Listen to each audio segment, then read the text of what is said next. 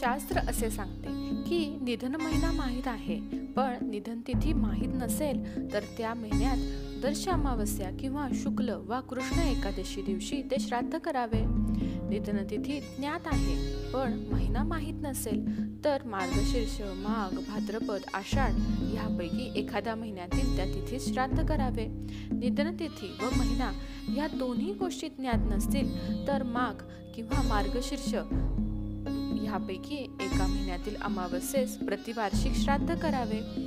बेपत्ता झालेली व्यक्ती 12 वर्षे परत आली नाही व तिच्या वयोमानाचा अंदाज घेऊन तिच्या मरणाविषयी खात्री झाली तर श्राद्ध करावे व तो दिवस वार्षिक श्राद्धासाठी घ्यावा। योगायोगाने ती व्यक्ती परत आली तर त्यासाठी जातक कर्मादी सर्व संस्कार व प्रायश्चित्ते इत्यादींनी युक्त असा स्वतंत्र विधी शास्त्रग्रंथांमध्ये लिहून ठेवलेला आहे।